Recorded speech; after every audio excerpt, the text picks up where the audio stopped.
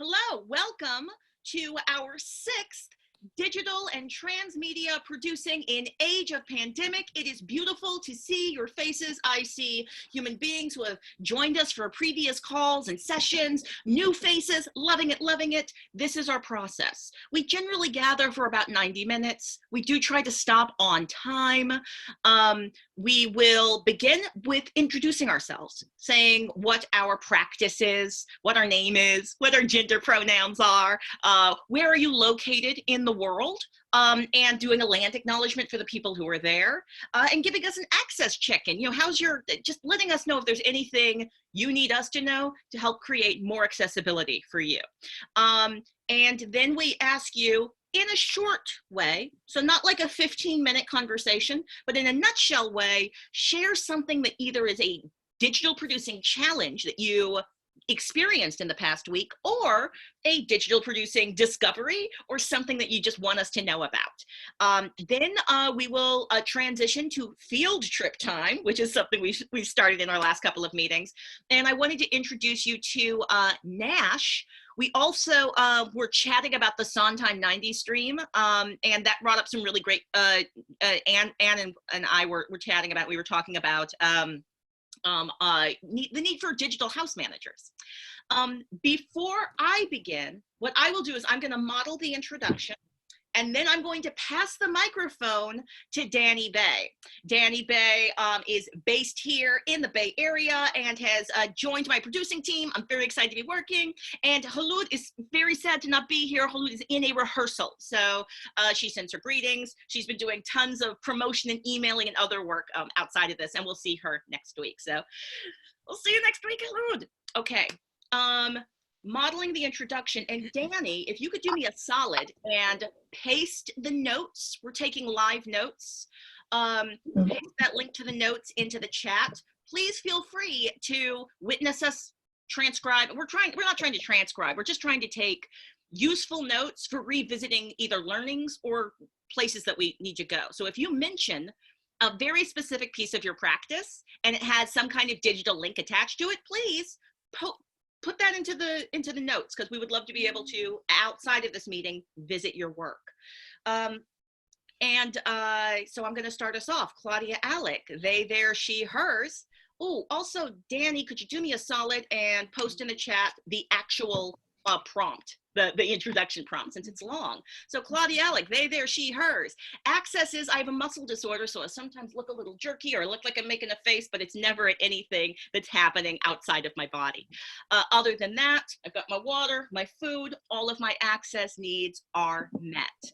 I will be doing a dangerous experiment and leaving this conversation a little early, because I am facilitating the Network of Ensemble Theaters Town Hall that has a hard start at 11:30. So I will be leaving us just a little bit early to enter that space.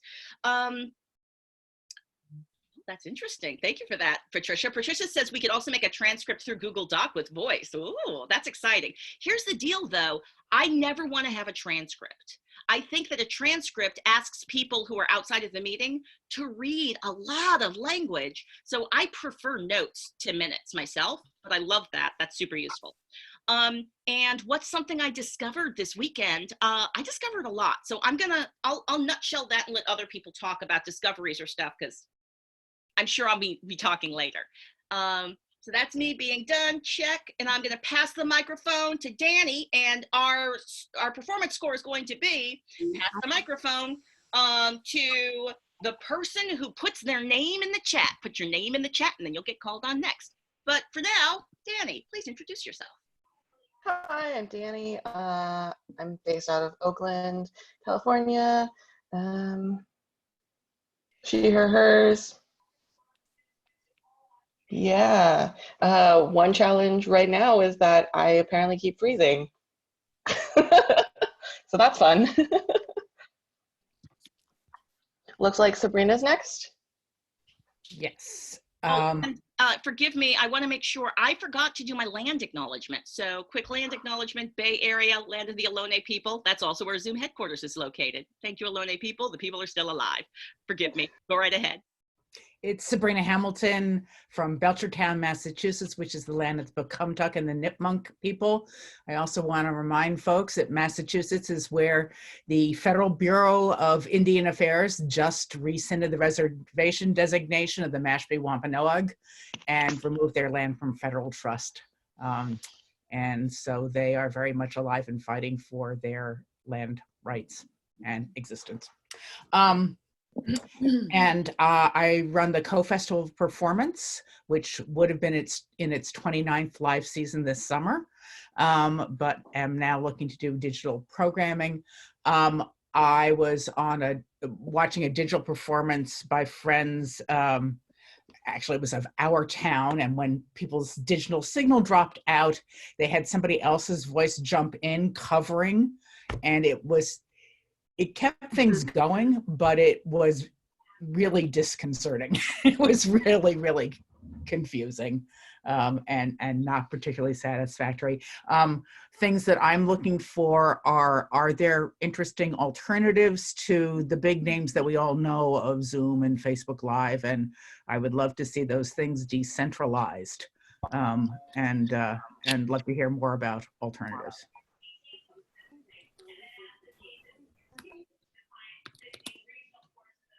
And and I will be jumping off to go get my butternut squash chicken soup that I made because my blood sugar is low, and then otherwise my access needs are all met. Next is, who's next? Mickey. Hi, I'm Michaela Goldhaber, Mickey. I'm the lead instigator of the Bay excuse me, lead instigator of the Bay Area Women's Theater Festival, and I'm just aglow from the virtual staged reading of my play, The Lady Scribblers, which was done on Zoom and cast on Twitch last Thursday by North Carolina's Women's Theater Festival. It was a partnership between the festivals. The cast combined people from my San Francisco cast that had opened and closed, and then some actors from North Carolina. And we even brought in an actor that we used to work with in New York, an old friend, because that's something you can do when you're Zooming your cast. So it was really, really a thrill. And,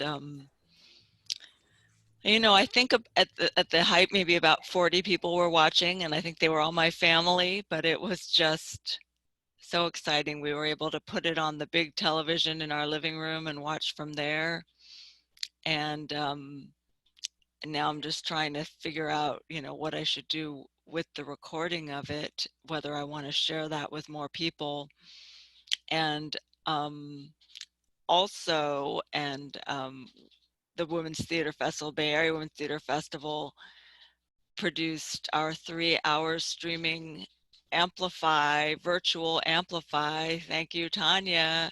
And that was also a wonderful event. So it's been a great week for Women's Theater Festival streaming stuff, and I'm sort of in coming down from that and what's next.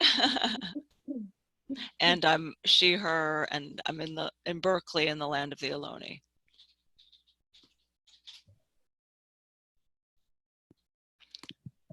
And Deborah, I think you're next. Hello, it's Deborah Eliezer, she, her, hers, calling from the ancestral lands of the Pomo, otherwise known as Western Sonoma County, Healdsburg, Northern California.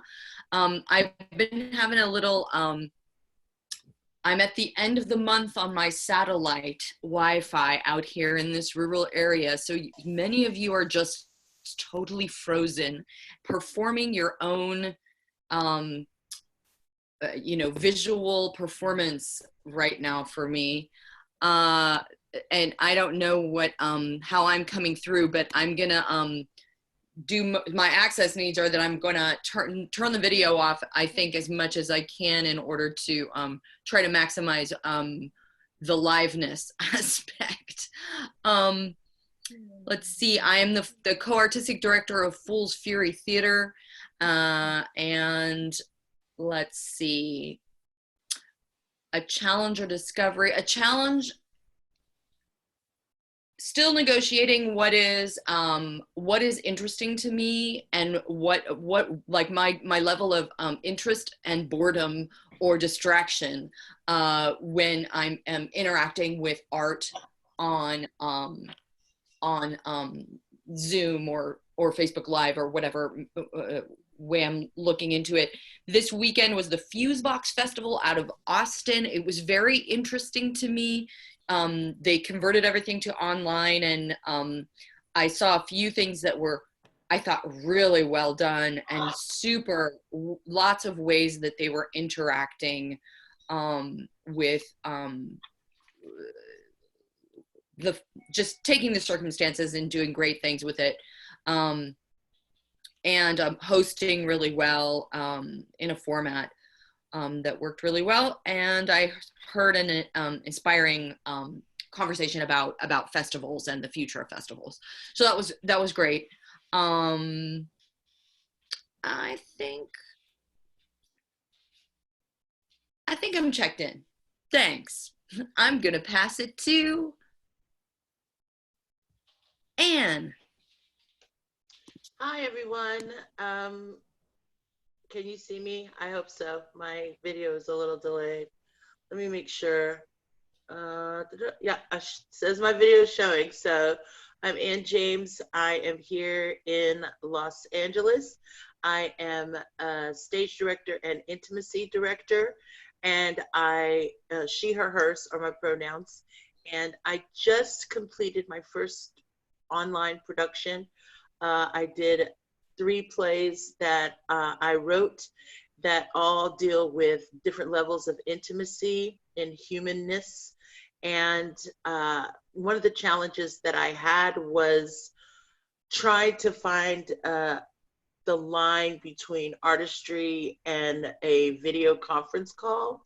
So doing things like exits and entrances with a sense of artistic ability. I did have a house manager, which was a huge relief, which I suggest for everyone. I did use Zoom, but I've also been an actor recently on another platform. I think it was called Shipyard, not Shipyard, but something. I can look it up while everyone's introducing themselves. But yeah, so I've had the opportunity to produce a show online. It was successful. We did a talk back afterwards. I'm also interested in things like applause, like how do we, and laughter, how do we let the actors know that the audience is actually there instead of performing in a vacuum? But other than that, I'm glad to be here, and I can't find who I'm passing it to. Can someone help me find out who's next? Tatiana. Tatiana. Okay, thank you. Hi, everybody. Thanks for having me. My name is Tatiana. I use she, her, hers pronouns. I am currently in Clearwater, Florida,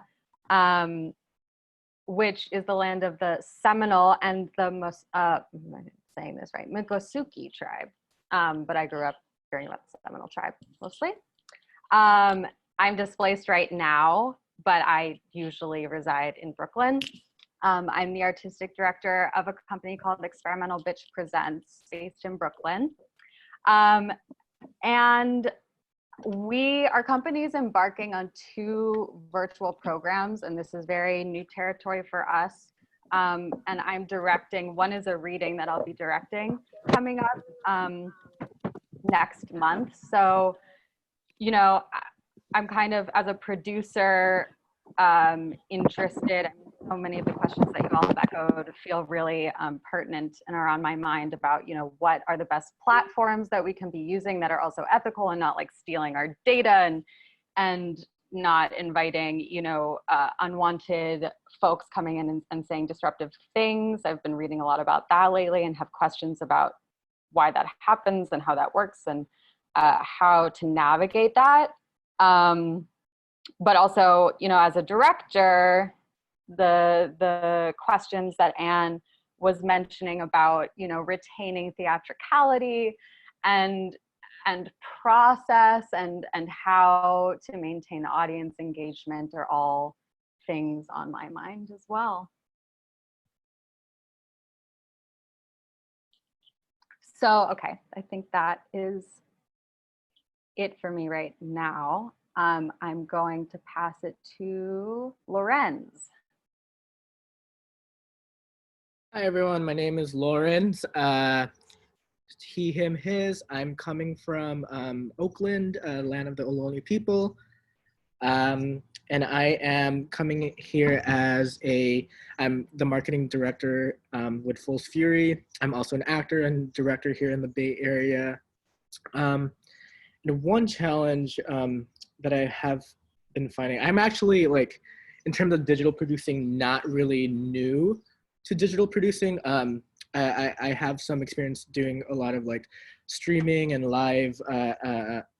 live streaming and just figuring out how to do. I'm new to the video conferencing realm. I understand the technology. I've used it in the things, but it's not something that I use on my day-to-day thing and would even think about using as the first go-to for like streaming. And it wouldn't be my first instinct to go. It's like, oh, let's get together and produce something. It wouldn't be my first thing. So for me, it's like, I have questions about what are the types of technology that allow us to do the things that we need to do temporarily or in the future. Another challenge, I think, is, you know, I think figure out how to, like, you know, work with everyone and in terms of like their tech knowledge. I think everyone has a different, in seeing what that looks like in terms of just collaborating and the technology. Like for me, I'm a tech savvy person. I have a lot of equipment that allows me to do technological things. But I know that a lot of people don't have that same capabilities. And how do we like find the right avenues to really work together and meet where everyone's at without having to spend tons of money to do a lot of things? Because frankly, digital producing is a very, very expensive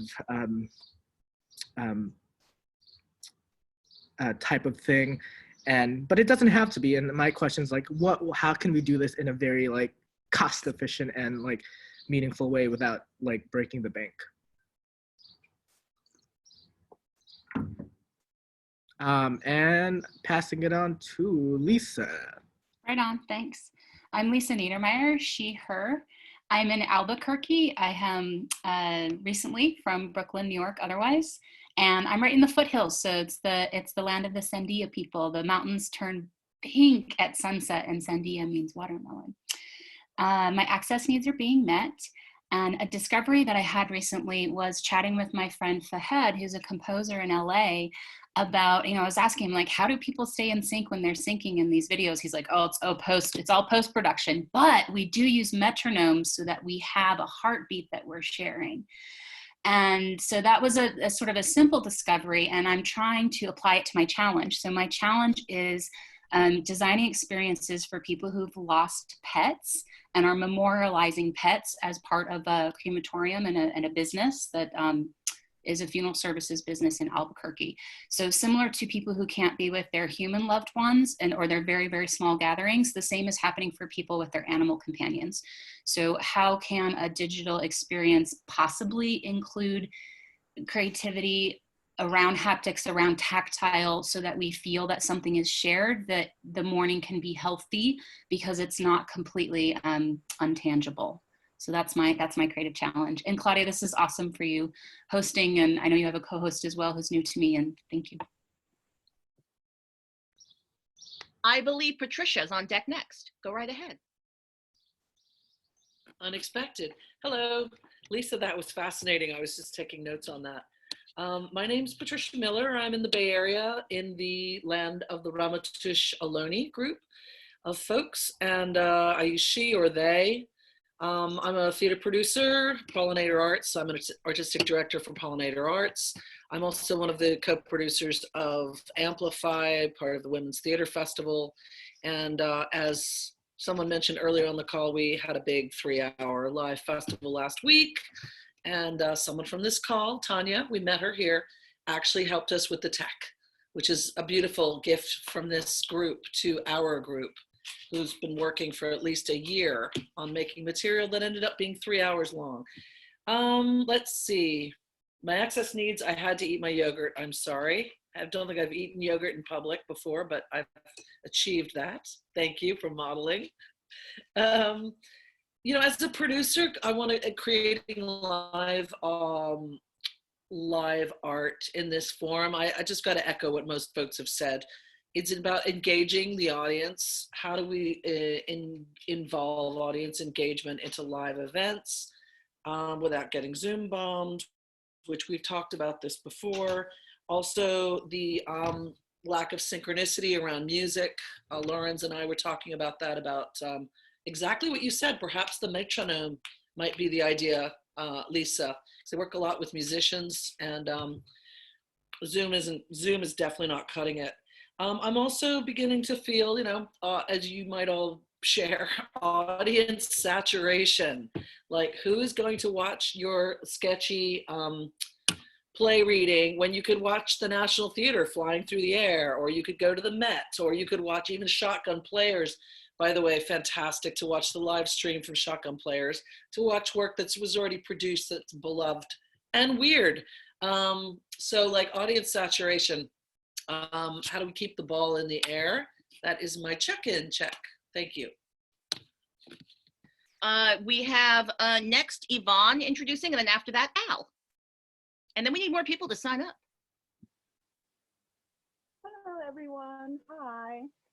I'm Ivani Deborah. Can you hear me?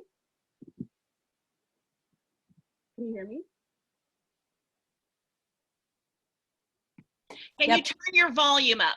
Welcome to Claudia, Alick's signs that I've just started making up. When I do this, it means I'm having trouble hearing you. Can you turn your volume up?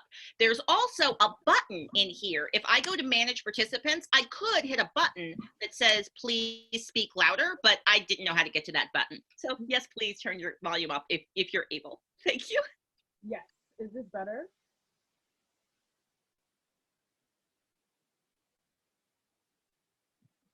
You can go to the next person. No, we can hear you. It was just a little difficult. Please introduce yourself. No worries. Okay, let's try again. Hi, everyone. I'm Ivonne Deborah. I am the artistic director of the Parsnips, go by she, her, hers. I can't tell if people can hear me or not. Okay, great. And I am calling from Brooklyn, New York, the land of the Lenape people. What else? So I run the Parsnips, which is a digital theater podcast of new plays, read. We've been doing this for about 5 years in the podcasting world. And I don't know if I necessarily discovered anything per se. It's just been interesting watching people kind of catch up, and also trying to figure out what's the next thing in terms of how to continue to do our podcast of live people, and that's looking into different tech. So I have all of the equipment for the Parsnips, like literally right next to me. But if we wanted to record siloed, I apparently do not have the right tech for that. So we're very much looking into what that looks like for the future, how we can connect with people while we're siloed, and how we can continue to create new audio theater work.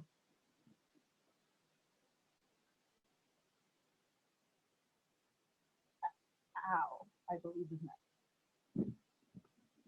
I did see Joan, I think, actually signed up before me. Yeah, I think it's Joan. Joan wants to go. mute, sorry. Hi, can you all hear me? Great. Thank you for this gathering. I need it so. My name's Joan Lipkin. I usually divide my time between St. Louis and New York, but I'm sheltering in St. Louis. I'm a writer, director, producer, social activist. I am talking to you from the land of the Osage and Miami, Sioux, and Iroquois here in St. Louis. My pronouns are she, her, hers. I want to share with you briefly, I'm vibing with everything that people are saying, particularly Patricia's concerns about saturation. My biggest challenge is somebody who is really interested in the physical and the live. The physical as in the way we touch each other, our work is very physical, and the gathering of the live. And so I could mention many projects, but I don't want to take the time, of course, to the space to do that. But one of my main concerns is voting and voter registration and making sure that we have safe and access elections. And so we did a performance at the Missouri History Museum that had 1,100 people in October. Obviously, we can't do that in September. I don't know if we can do it at all. And I'm wondering if there's a way, and even our dance companies aren't all meeting together, right? So I need to really think, and I welcome people's brilliance to try and see if there's a way we can pivot. The other thing more immediately is that I'm making a poem, a diary of what people have been experiencing. People from very different perspectives, you know, people I know who are working on feeding the unhoused, people who think we should just put this in God's hands, quote unquote, people who are concerned about small business recovery. And I've been tracking them. And I want the voices, it's almost like I hear America posting. And I don't know the right platform to try to bring this together, but I think it's a really interesting and beautiful idea. So I'm just hoping that I can harvest some information and resources from people who know how to do that kind of thing so much better. I know how to do the writing and the editing. I don't know how to put it online. Thank you. And am I supposed to call on somebody, Claudia? Can't hear you. Yeah, I think Al is next. Yes. Al? Hi, Al. Where are you? Hi. So I'm Al. My pronouns are she, her, hers. I'm in Brooklyn, the ancestral homes of the Lenape people. Sorry, I don't have video today, but other than that, all my access needs are met. So I work with Ivan on the parsnip ship. So yeah, we've kind of similar. I've been having similar thoughts to her. We make up the artistic producing team. So it's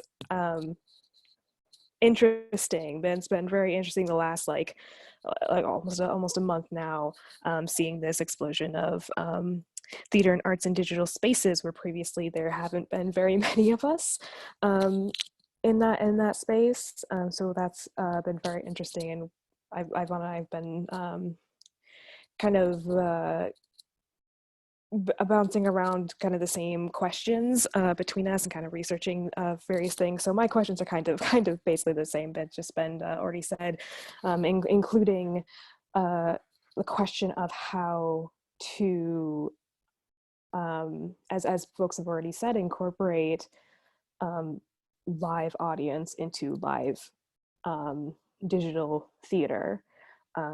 We kind of know by now the various ways to have live digital performances, but how to have a live community experience more on par of being able to sense various presences. The way we have previously has been an interesting topic to explore. That's kind of where our thoughts invariably also end up going when we explore these things. And then I think next is Robin. Yay, hi.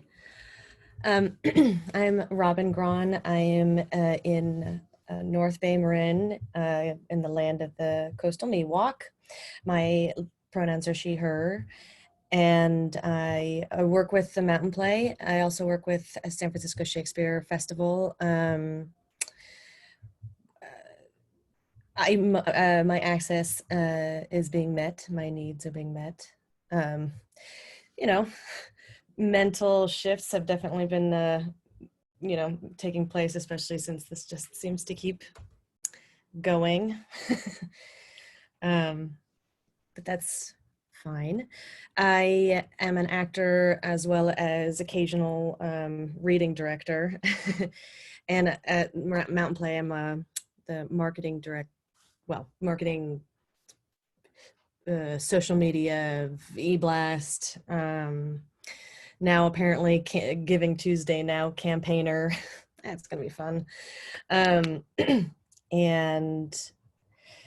I guess a challenge, or the challenges are the same as what everybody's definitely talking about. I've had a few experiences now with either performing on Zoom / Facebook, directing a kids show that was Zoom to YouTube, which, so much stress around that.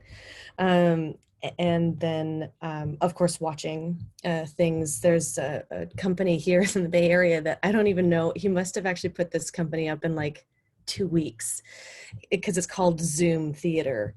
And like Shelter in Place must shut down. And this guy, who is apparently like a techie guy beforehand and then jumped into theater a couple years ago to be a director. And so he obviously knew how to do things, and they put up a play that was like 2 weeks after Shelter in Place it was interesting.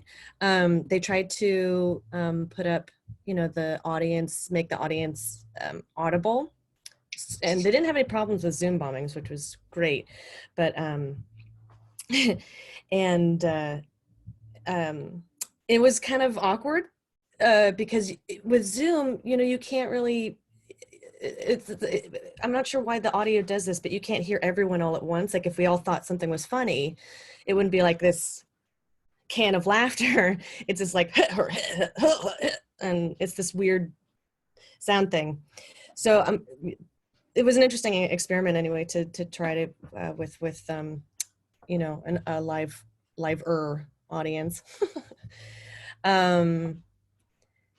And I think honestly the challenge for me is wondering whether we had somebody on this talk a couple weeks ago that she was from like a ticketing thing, and she was saying how more theaters need to be involved with the virtual to draw in audiences. So I feel like I'm trying to think of this. Hopefully trying to think of this as a transition. And this is entirely what my process is right now. Obviously, everyone is experimenting with all the different mediums and stuff. But I wonder if this is more of a transitional, getting used to becoming like Lauren's, a little bit more familiar with the virtual, the putting up, streams and things like that to help the theaters draw in audiences into the live experience when we have that again. I miss that so super hard. And that's it. So I will pass it on to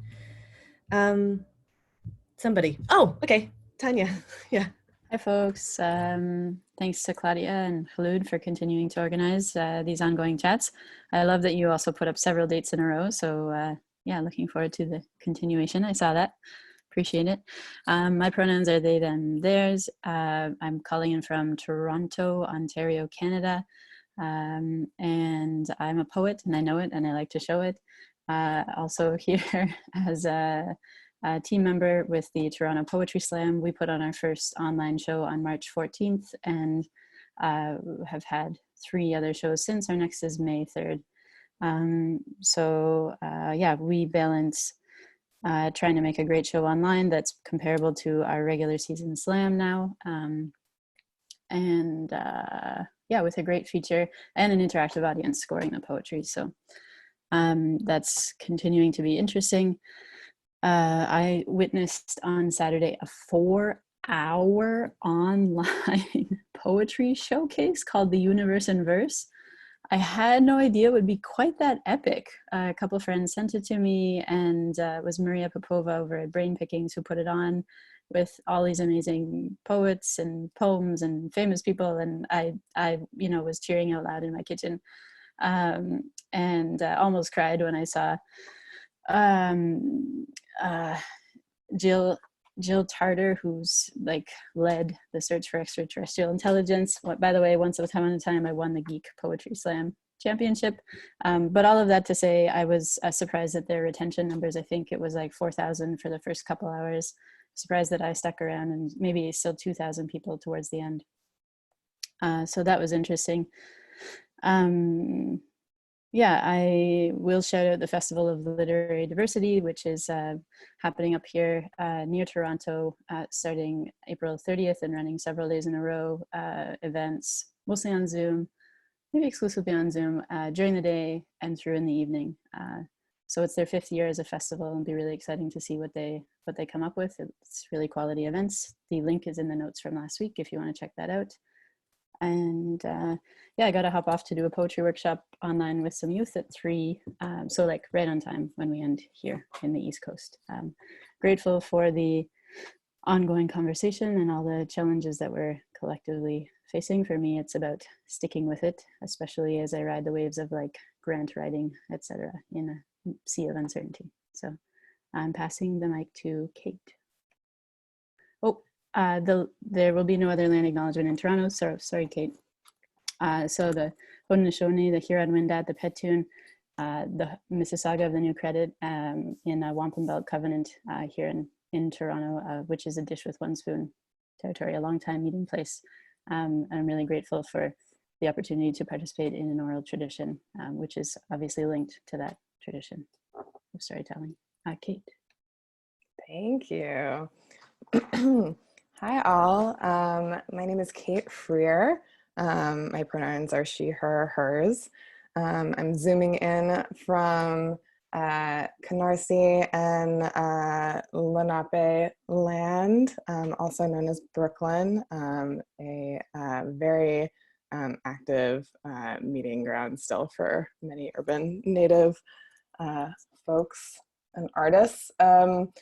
I am a multimedia designer, a creative technologist, a educator, and I'm a part of Wingspace Theatrical Design, which is a collective of designers.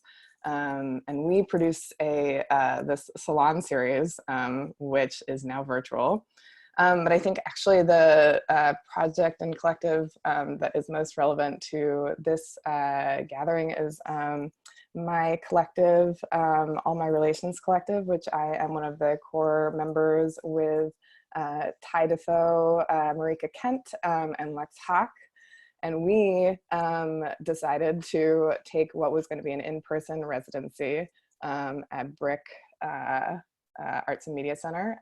And because we had gotten a small grant from NEFA and the National Theater Projects, and by NEFA I mean the New England Foundation for the Arts, we decided that we want to go ahead and pay everybody and still take that time to gather virtually in space, and that to sort of like reassess our goals of that residency, and decided that they could all still be achievable in virtual space, which were getting to know each other better, have a process that was process and not product oriented, and do these like individual artist jams and sort of decentralize the leadership structure, and really invest in that shared leadership. And then also to present part of the work as a live streamed performance or excerpt of a performance on Brick's channel. And then we also did it on Facebook and YouTube simultaneously, which, let me tell you, that was something. But in reflecting on that whole process, there are so many discoveries made in how we collaborate virtually with each other and combining asynchronous and synchronous time to achieve goals. But also about access needs and access in general is that we created a performance that was very specific to the mediums and very different to what we do in live space, and only possible because I happen to have a massive amount of equipment and live with the performer. So just like, oh my God, wasn't this an amazing, very professional looking thing that we did, only possible because of the specific circumstances that we were in. But one of the biggest learnings out of that was how fulfilling it was, and so much of what we learned about the piece, and that we would like to integrate that form of virtual performance into however we continue the piece in live space. It was kind of amazing, especially since the work is really wants to be an intimate experience in live space with maybe maximum 100 people, and we were able to engage about 400 people in a very like one-on-one experience. So lots of learning, so much more learning to come, so much more learning. Checked in. Is somebody after me? I'm not sure. So first I'm going to acknowledge that we begin our practice always the same, where we introduce ourselves and talk about what we're working on. Usually that doesn't take up the entire meeting, but sometimes it does. I found all of your introductions incredibly useful, and I've been taking lots of notes, being like, oh, I'm gonna do some follow-up on that. We've dropped the link to Kate's project. Well, I dropped the link to Kate's company into the notes, and it looks like we have AJ, James, Alex, Wednesday, and also Christina Wong still ready to introduce. And then we're going to get to hear about, I'm very excited to have Christina tell us more about her project, because while this conversation that we're having is focused on digital and transmedia producing, a lot of the times these things are about the physical actions and things taking place in the physical world. So I'm super excited to have Christina talk about her amazing project and her artistry and all the stuff she's doing. All right, so AJ, which I don't mean to put you on a note, but would you like to introduce yourself? Yeah, can you hear me? Yes, we can. Yeah. So I'm AJ Muhammad, and I wanted to thank you for putting this series together. I do different things. One of the things that I do, I'm a librarian at a research library, and I also am on the producing team of a festival called the Fire This Time Festival, which is it's an 11-year-old organization that was founded in 2009 by a playwright named Kelly Gerard, who's a Black woman playwright. And the festival is in residence at a organization called Frigid New York City, or Frigid NY, formerly known as Horse Trade Theater Group. And I just was so as the festival is in residence with Frigid, and Frigid is in flux because of what's happening in New York City regarding art, indie arts organizations. We don't really know what the future is going to look like because the festival has been based out of Frigid's main space, which is called the Crane Theater, which is a 100-seat theater that's located on in the East Village area of downtown Manhattan. So we're currently, the festival is planning for season 12, which will be held in January. The festival is the Fire This Time Festival. It presents the work of emerging, early career, underrepresented playwrights from the African diaspora, and the core programming is a 2 to 3 week festival that's held in January. It starts on Dr. Martin Luther King Day. So we're currently in the process of planning for season 12, but we don't really know if there will be a physical, if people will be able to. If we'll be able to do it live, or if we may have to do it virtually. So we're in the process of just planning what season 12 will look like, if we could do it, the way we always done it, or if we're gonna have to migrate online. So I'm calling from the land of the Lenape, and that was pretty much it.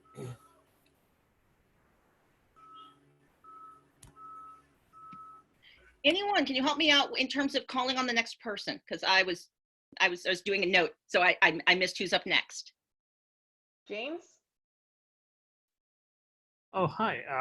My name is James. I work in marketing. I feel like I don't have a whole bunch to contribute, but the main thing I'm trying to track is since a lot of theaters have an older demographic and they are not the most savvy when it comes to technology, how to create a platform that's accessible to them. Yep, that's it. Christina, you want to jump in?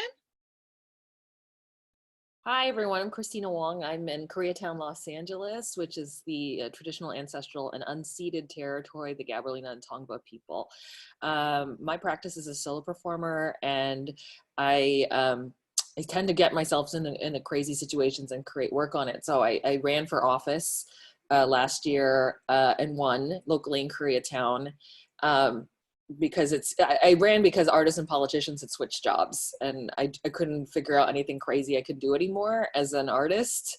Like it almost seemed like our job was to be the sincere ones, while politicians like created onion headlines and real news all the time. So I'm a neighborhood council rep, which pays nothing, but it made for a really crazy show that I was supposed to be touring right now called Christina Wong for Public Office, which looks like a big campaign performance.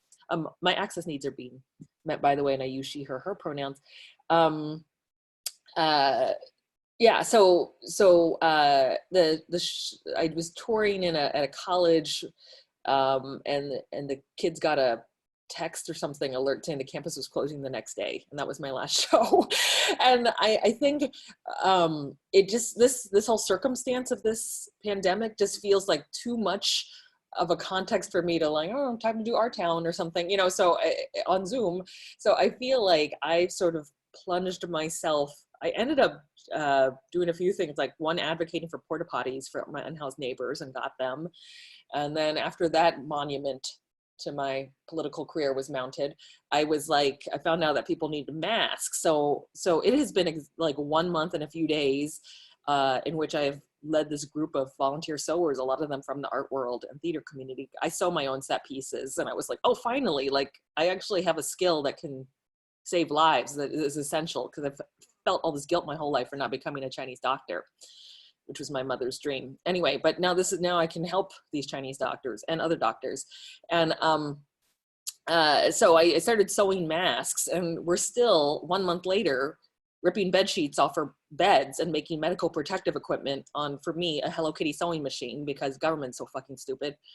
And but it's been like, it feels like I'm running a nonprofit theater company, because I'm fundraising, I'm talking to audiences, we're talking to different communities, and it feels like this amazing performative essay, which I'm sort of half-assedly doing right now, of like, I'm witnessing all the holes in the American empire,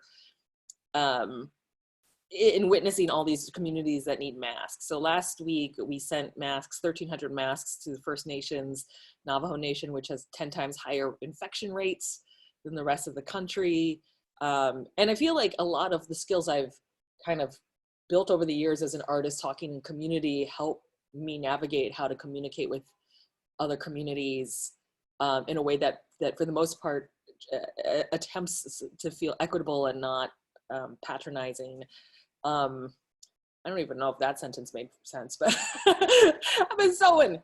Hey, want to see a vagina mask? Anyway, I'm gonna sass it up a little, get a little saucy on the thing, and then we have the Golden Girls mask.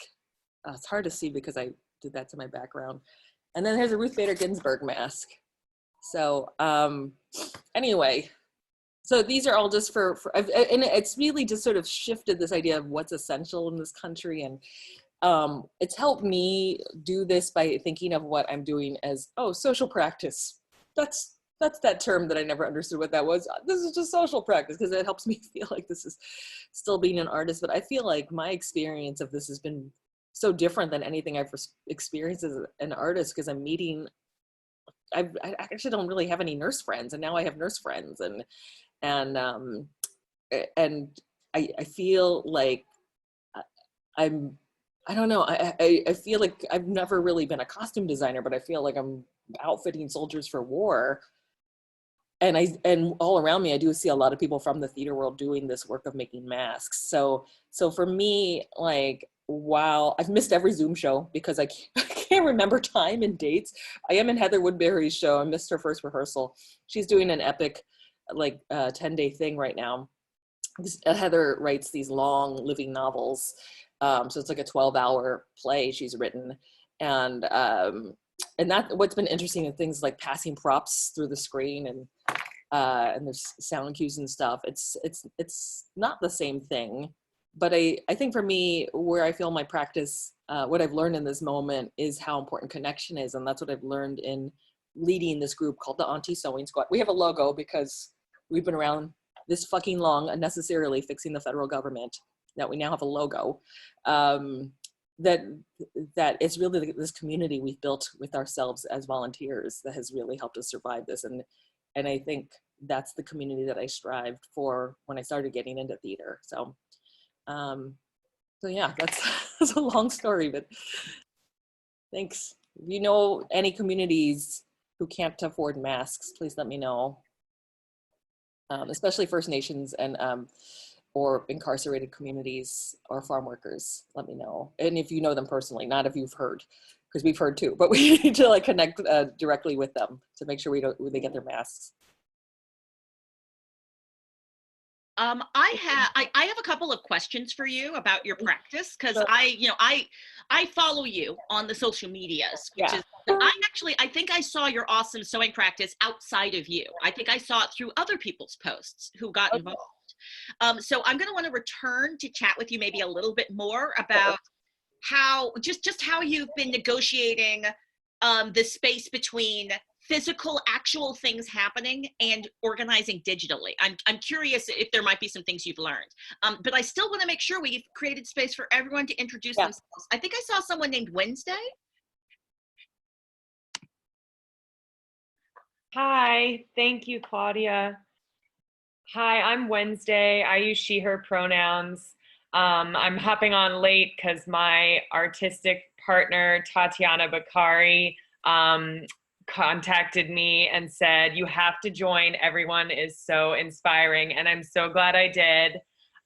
It's great to hear some familiar names. Marika Kent is a friend I haven't seen in a while. And I'm very inspired by everything you all are doing.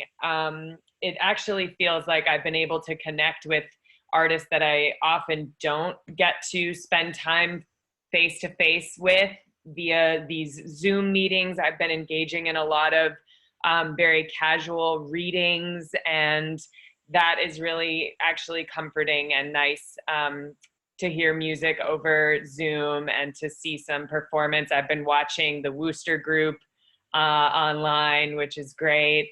And Tatiana and I run Experimental Bitch Presents, which I think she told you about. And we're very excited about Bitch and Collabs. We are forging ahead with that residency. It seems now more than ever that we need supportive collaborative groups. And I'm taking a screenwriting class with Deb Chauval and getting back into my creative. I'm usually a producer and a director, so taking some time to get back into the creative work as well. Oh, and I'm in the Adirondacks, which is has a lot of Native history here. There were many tribes, Mohicans, Mohawks, Iroquois, Algonquin, relatives of the Lenape. There's a rich Native history up here. Thank you.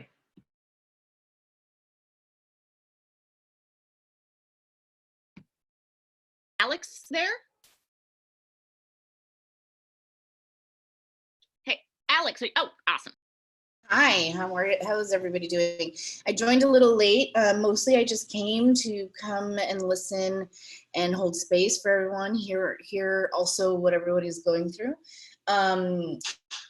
So she, her, hers here in Los Angeles, in Boyle Heights, the land of the Chumash and the Tonga.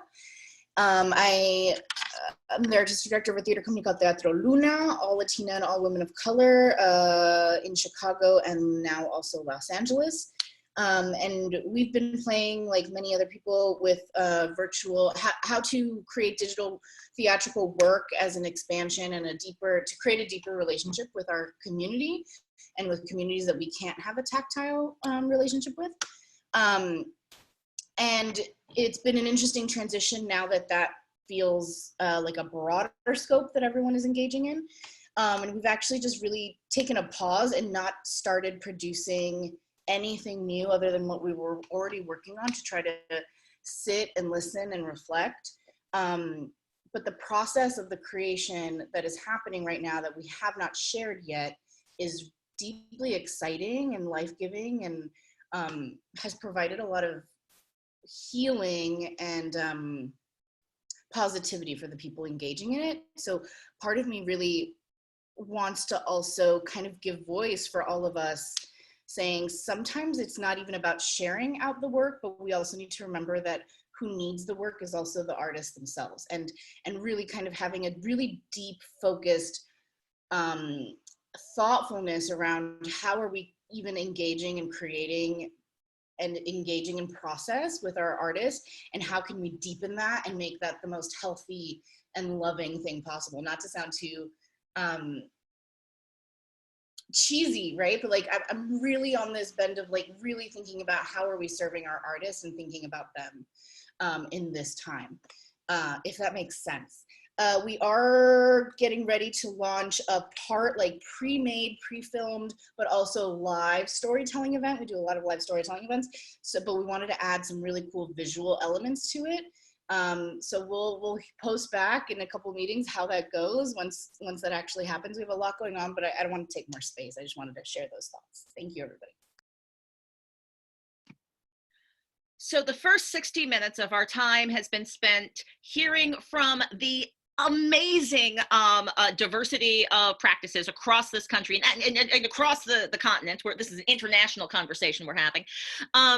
Deeply exciting. I've been taking a lot of notes myself just to be like, oh, I see this connected and that connected. For instance, in my own practice, as I have been, because I on a daily basis, I'm very greedy. I'm trying to learn everything. So I'm a rude audience member. I will audience for things simultaneously. I'll have like 5 screens up at the same time because I wanted to see things at the same time. Sometimes I'll audience afterwards and I'll ask someone how it was, which is where the Sondheim 90 conversation came. But I did want to do a quick a shout out to, I forget who in their introduction was talking about experiencing a Zoom reading where they left the audio on so you could have audience sounds. SNL tried the same thing, and I think that before we hit record, someone else was talking about the issues of latency.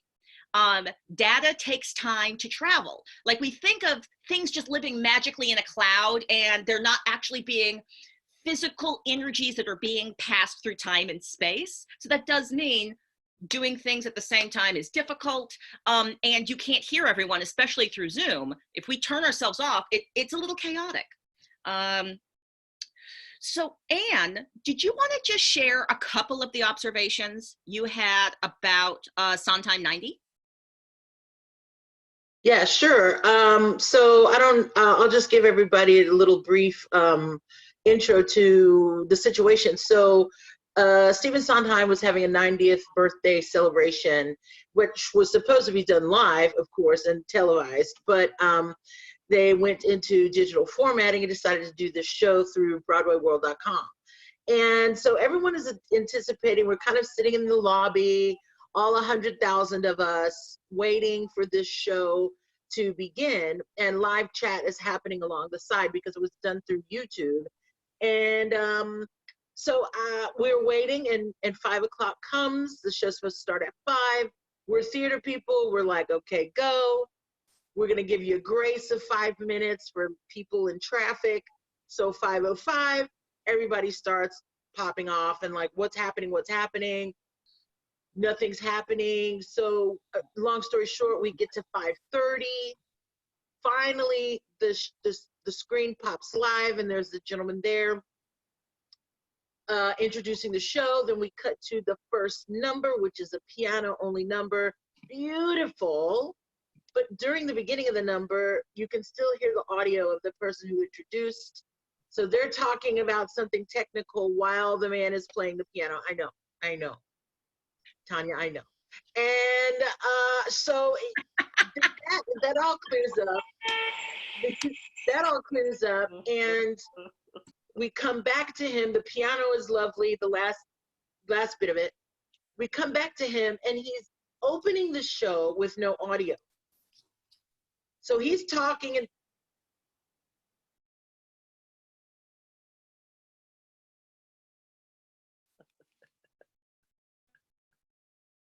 right. So you get the point. Yeah. And this goes on, and the live chat's going crazy, crazy, crazy. 100,000 people drops to 90,000 people, dropped to 80,000 people, to the 20. I stayed until 22,000 people, and then I just said no. Apparently they got it fixed, but who knew? So that was a big, big, big public-facing event that just went horribly wrong. And I don't know. I mean, maybe if he had had his video on or was more adept, it just seemed like he needed someone to help him technically, not have to navigate and manage being a front-facing master of ceremonies and also the technical person. And I think, Claudia, you were saying something about that, you know, and yeah. So I just that's all I really have to offer, other than, you know, poor guy. I missed Stephen Sondheim's 90th birthday celebration. I'm gonna have to catch it on recording somewhere. And it was just a very, very public-facing fail that I wish they didn't have to go through. What I find interesting is that I don't think the archive captured that failure, because I did put a link to the archived live stream that they did on YouTube, and I checked it out, and I didn't see the failure that you talked about, and so I went back to it because I was like, where is it? I want to see the drama, and I couldn't find it. So I look forward to you all revisiting and finding out, did they edit out their mistakes when they published it? The thing I was talking about was the need for stage managers or house managers. Like we think that in a digital world, it's simpler, but in fact, it's exponentially more complicated, and you need more people to do the things. I see Tanya nodding her head. Anybody want to pop off on this topic while I set up our next conversation? Yes. Patricia does. I do. I mean, I just want to big up again, you know, when Bay Area Women's Theater Festival, we did our 3-hour live performance festival last week. We met Tanya on this call, and we asked them to come and like sort of mastermind the whole deal. And we also had Danny Bay, who we also met, I believe we met Danny on this call. Danny Bay came in, and then we also had Aaron Gilly. So we had 3 people plus the person that was sort of coordinating the artists. We had 3 people doing tech. And I don't know if, Tanya, if you want to speak to how we did that or not, because I was live host. So I didn't have the egg on the face like this person Ann James is talking about. I was able to be smooth, ha ha, la la la. I wasn't that smooth, by the way, but I felt that way because I felt the power of the back room, even though the back room was in Toronto and Oakland and San Francisco. The back room was like a really big back room. As a performer, I felt it. I felt supported. Check. Annie, do you want to say anything? Because I've spoken a little bit about that last week, but we missed you. Hi. Yeah, I mean, that's the thing, is like having the 3 of us mainly focused on different things. Like Erin was mainly in charge of making sure that people were queuing, and Tanya was making sure that everything looked great. And then I was in charge of chats.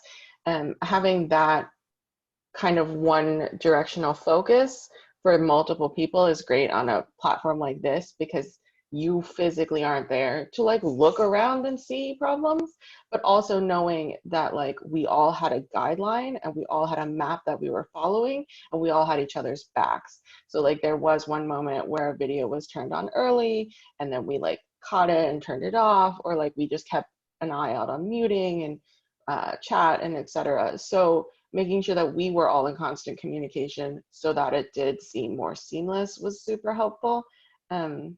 Yeah, I mean, it's just, you're not physically there. So when you can't multitask like you think you can in real life. It's much harder because you are like moving screens and watching things, and it's all like just here. You don't get to like turn and see something out of your peripheral and fix that problem. And in the chat, we've had some wonderful things. We had a straight up paper tech. This was from Kate Freer, a straight up paper tech. And then we had an awesome stage manager for the what the fuck. I mean, sorry. WTF. I didn't realize I apologize for that. The Women's Theater Festival. The WTF virtual readings, great stage manager for that. And then there was a question, and I think this question is, and you guys did this in Zoom. I think the other question is, was Zoom the only communications platform you were using to organize yourselves when this was happening in real time? How are you coordinating? I guess I can start and anyone can chime in, but echoing Kate, like I think the Q to Q and any rehearsal that you can run is really essential. We did one on the Wednesday, as well as an hour before the show on Saturday. And that's partly pulling from the experience of the poetry slams in Toronto. We do a huddle with our poets and test the, if there are any latency issues, like what is their video look and sound like? Does it correspond with what the audio is giving? And do you want to therefore keep that together or separate it? Do you only need video for some reason? Do you only need audio?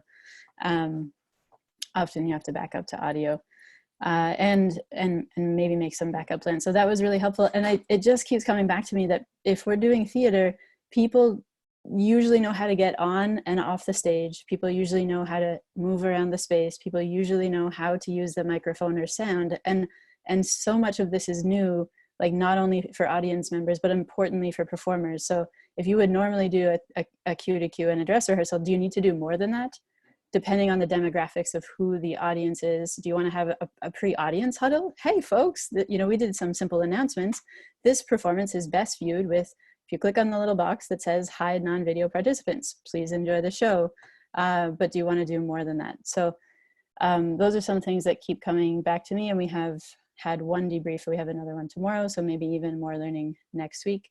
And we were going live to HowlRound.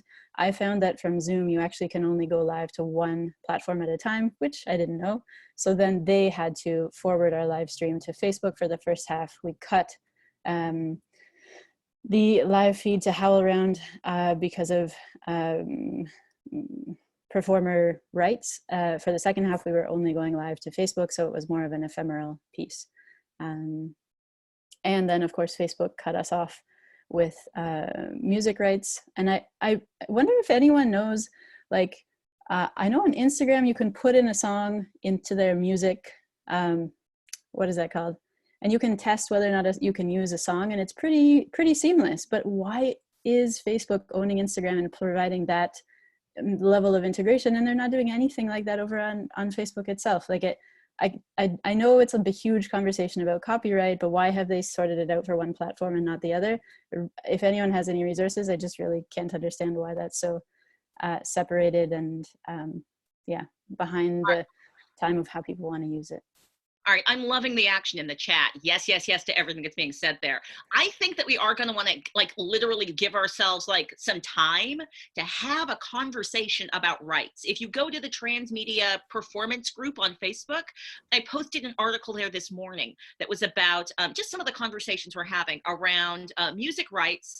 And this was around DJ performances, because live DJ performances have gotten, there's been a lot of them, right? I've gone to DJ Nice's party. They've been super fun. Here's the deal though, DJ Nice, he's got a deal with IG. Like he worked it out with them, which is why he is allowed to do his performances without being interrupted or demonetized. Other DJs have discovered the things they used to do in the club and could get away with, they now have a computer program that is working for corporate overlords, looking at every choice they make, and they will shut them down.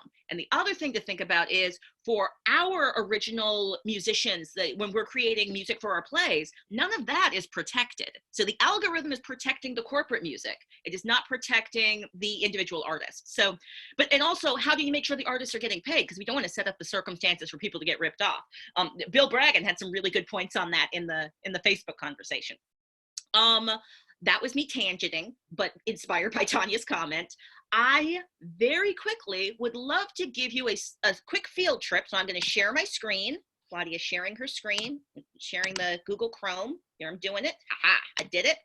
I am going to share with you, or our field trip today is to, I wonder if I can make this full screen so y'all can actually see it. I wonder if that would be, feel free to speak up if you're like, this doesn't look good to me. I need it to look better. All right, so this is the Northwest Arts Streaming Hub. They started a Facebook group and started having conversations about trying to figure out how to recreate some venues online. And then as a collective, they decided to create this entire website that they launched, I want to say 5 o'clock on Friday. They just launched it. So this is just some introduction materials that you can see. You can find out, let's see, what did I just do? All right, so about, it describes what they're about. They are creating income streams for the artists. So what you do is you put your Venmo link on, or your Cash App link. And then if somebody sees your work through here and wants to pay you, that's how they do it. You can set up a paywall, or you can have it accessible and people can just donate. And you retain all the rights to your stuff. I'm on their advisory committee, so I was at their last meeting, so I think I know most of their talking points. They've got a staff already, so they're doing great. So yes, it's free of cost service for, it says Northwest creators, but they've been really clear that this is an opportunity that's open to everyone across the nation. And in all honesty, I think that they're calling themselves NASH and not NWASH, because potentially they could become the National Art Streaming Hub. So yeah, all the donations or money that goes to you, and Nash doesn't control any of it. And let's see, I wanted to show you, they are doing a very simple way to apply, which is through a Google Doc. So you just go through the Google Doc, put in your name, put, just say who you're, like, what's your art stuff, who are you, and then you add a link, content description, and then you literally just drop a link. So you're not even sending them the full video file, you're sending them a link to like where you've already uploaded it.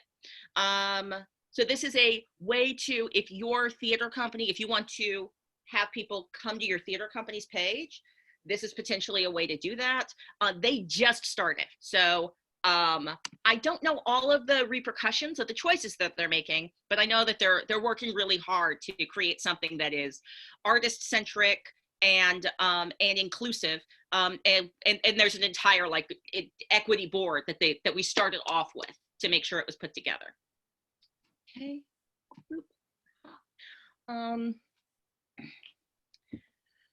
Awesome. I'm looking at the notes as I'm talking to you at the same time, which is distracting. Forgive me. So are there any, that was a really fast field trip, but I kind of wanted to come back to our juicy conversations. Are there any reflections, observations, questions about NASH? Yes, please, Sabrina, go right ahead. How are they doing their paywall? Well, I believe, I'm literally just going back to their website to go, from what they told me, they said the paywall works where you click on the link and then it'll give you you have to put the money in. It might be that they don't have paywalls yet and it's all donate. Because I'm looking at their content right now and I'm not seeing anything that has a paywall attached to it. I'm seeing work that is, you can see it and then you can just donate to the And then if you donate direct to the artist, or is the donate through them? Donate direct to the artist. So no money, at least according to what I've learned from them, no money is going through NASH. It's streaming the work and then the money goes directly from the person who wants to give it to the artist. I think that's what they're doing. They also apparently have the ability to live stream as well as broadcast pre-recorded material. So in that form I showed you, there's like a section that's like, hey, do you want to live stream? And if you've never live stream, they have a staff person whose only job is to like help you learn how to do it. To like give you like a producing tutorial if you want to do a live streamed event. And they've been in conversation with HowlRound to learn some of their best practices as well. I'm tempted just to say people talk, so just go for it. After you, Robin. Is NASH strictly live stream? No, it's both pre-recorded and a live stream material. Interesting. Oh, cool. Yeah, because I know Broadway HD has the same type of thing, and I'm just like wondering. And I know you talked about the rights issue, and I know it's the whole thing with rights when it comes to like producing. Oops, sorry. When it comes to producing theater, especially with equity and designers. It shouldn't be a problem for non-equity folks, but like for if you're doing an equity things or have equity involved people, how is that? How do they are they figuring that out, or how are they navigating those politics? Mm-hmm. I think that they're going to be creating opportunity to find out what those different challenges are and then address them on a case-by-case basis. I'm in full agreement that right now, the relationship between individuals and their content and protecting rights and also unions, it's everything is being renegotiated right now, and we're coming up with new norms. Yeah. My concern is that we're going to replicate some old norms that weren't actually equitable. So I'm curious about how we can create something so that artists can make their art, but also artists aren't getting ripped off. Yeah, because almost as an almost equity actor, it's kind of like, oh, this is cool to be able to do a show and have it streamed, but then, you know, a lot of equity actors who would love to do stuff are just barred by equity because of new media, SAG. You know, I think SAG has kind of like figured it out, kind of. Equity is far behind. I see Robin with stuff. Please go right ahead. I had heard that equity was looking at trying to do, trying to somehow manage the number of views. Yeah. So that was their trying to do a contract with working with a theater. From what what you were saying earlier, Claudia, as far as doing your own stuff, I think you're allowed to do that.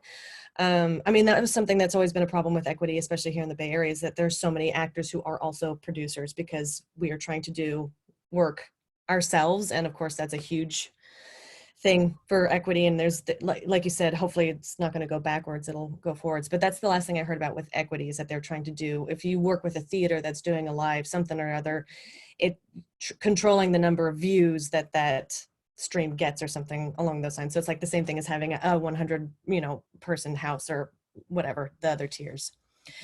Mm-hmm. I do have a question about the copyright, and this is maybe to everybody, and this is probably going to sound really terrible just based on what you guys have been saying. So doing the kids thing on YouTube, we kept getting shut down. The first time was because I was just literally staring in front of my computer, like trying to work out, like doing my own tech thing. It was an unlisted music thing. It was just like me in front of the computer. Oh, no, that didn't work. Oh, okay. And I had Lizzo on. And they shut it down because I was just like, oh, and then it clicked like, oh, it must be the music. I can't have that on. So then I searched, God, I'm probably a horrible human being.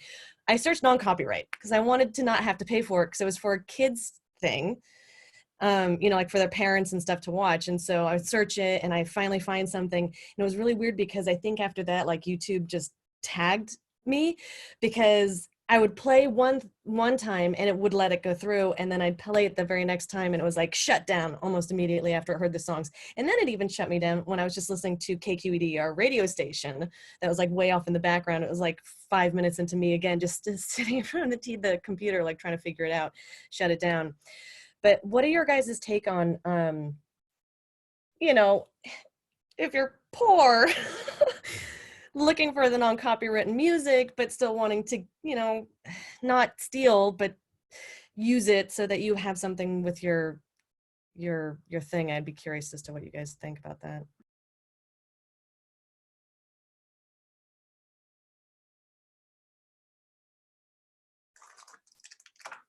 I have so many thoughts on this. I'm being quiet because I got a lot to say. Somebody else jump in, please.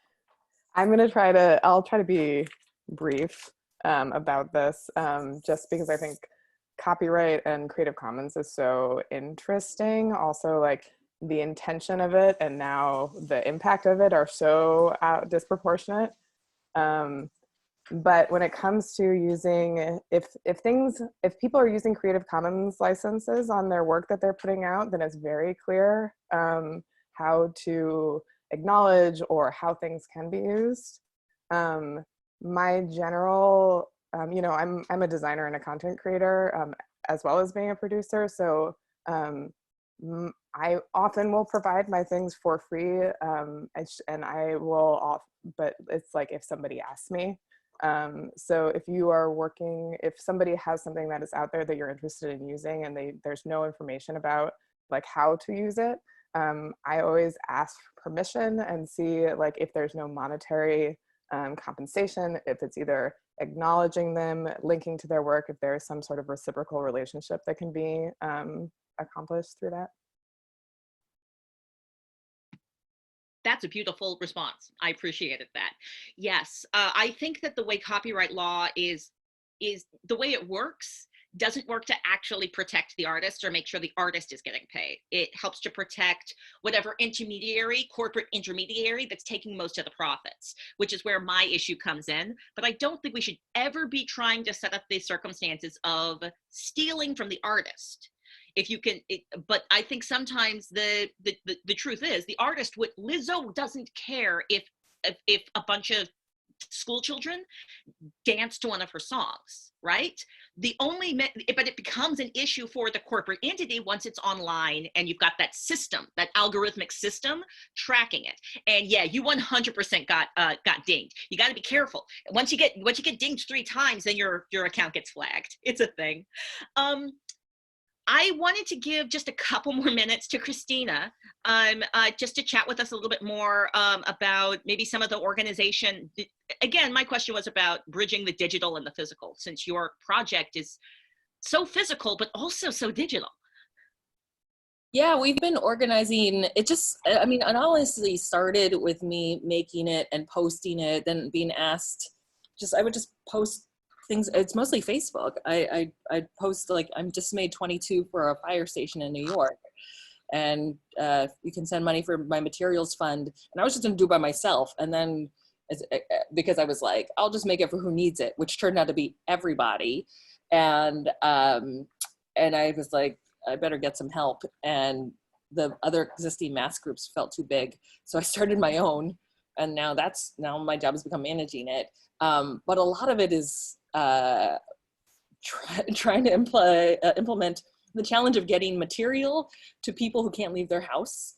Elastic, if anyone's gone shopping for elastic right now, is like, it's like easier to, I have terrible analogies. I mean, it's easier to find like certain kinds of drugs than it would be. I mean, I don't know. I've never bought drugs, so I don't know. But anyway, it's hard to find elastic is what I'm saying. So hard to find elastic, to the point that women in our group were like pulling their fitted bed sheets, cutting the elastic off, cutting the straps off their Lululemon. It's like Robinson Crusoe right now to find elastic. But yeah, so that's really been the challenge. So it's been tricky because there are some folks on our team, mostly my mother's friends, who are not on Facebook, because my mother's working in my factory now, because that's the kind of daughter I am.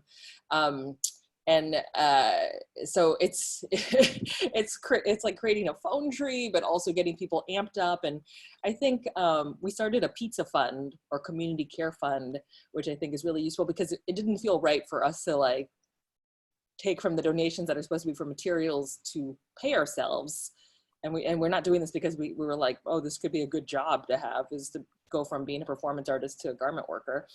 But people, like, I was going like days without putting a maxi pad on or eating, and I mean, I would eat, but like it would be like 3 o'clock, and I was like, oh shit, I've been sewing. So people were sending food by and offering so much food that I began to direct pizza deliveries to other aunties in a group. And then Gail Issa, who founded the Asian Arts Initiative, who lives here in LA now, I was like, can you help me with this? And so we have this whole care component built in. So I like to joke that I'm extorting all my non-sewing friends for pizza money and baked goods. And that was because I was getting so angry at people like posting their sourdough bread. And I'm just like, I'm fucking hungry here, sewing, and you're just watching Netflix and baking bread. Give it here. And people were actually very open about that. And I think that's a okay thing to ask for. And it's been it's been like so sweet. I feel like I have relationships that aren't hinged anymore on that person can get me a grant one day. That person can get me a gig. Like we have people who've never met in our circle who are receiving meals. Like my friend Katie Lindsay, who's a theater director, has like cooked meals for different people and brought me a salad with produce from her CSA box, you know, just like so sweet. And I think we found ways to connect as humans that we weren't when, you know, we weren't inside of a pandemic. So I feel like that has been what has been meaningful to me about this versus other states of being that I could feel like right now. But a lot of it has been trying to organize in a Facebook group in which people wander into and we accept their requests. So occasionally, like, there's like an older white lady in Rhode Island who I don't think knows how to comment, and she'll just be on a random thread going, does someone have the child's Olsen pattern? You know, it's like just like there's these like moments, but yeah, I mean, it's been really interesting, and we post pictures of the brownies that an auntie has dropped off for us, and there's a lot of humor, kind of like, why are we still doing this? But to me, that is the kind of community I've strived for in live theater, that now I guess this is not a replacement for it. I want this to be over, but that is one way that this has been made manageable, is active care. Thank you. Thank you for sharing all that.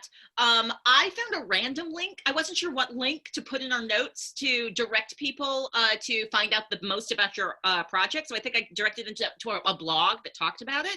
I'm curious. I'm not going to ask you to answer this question now. I'm going to let you answer it in your other communication streams. But I'm curious about how I can I buy one of these masks? Like, I don't want to feel like I'm stealing masks from like. Oh, you can't buy one.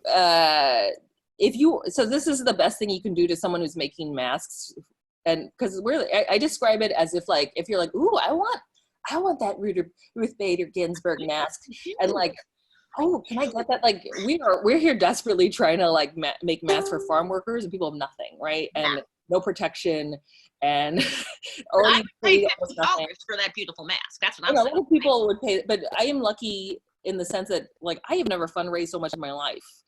Tens of thousands of dollars from people who don't want anything in return, and it's this whole thing has been an interesting practice in economy, and people have suggested you should charge a lot for masks, but I don't want to take any time away from essential workers doing custom orders when as it is enough are coming up. So if you want one of these fancy ones, they're for volunteers only. So how can you volunteer when you live in a different state? You can find 6 yards of fabric. I will email you a pattern, and I'll give you the address of someone who's ready to sew it. Because the money is not actually the hard part. I know this is so counterintuitive in theater. It's the labor, right? In theater, we're used to having free labor and no money. And and in this mask making thing, it is so hard to find people really willing to cut and sew. But I'm not even sure what to do with half this money. Like, there's only so much elastic I can buy that I can't find. So yeah, if you want to help join the squad, that's how you can receive it. Unless you're from a community or live somewhere where you just have no access to masks, and you can't find them online or whatever, or you don't have the access, right?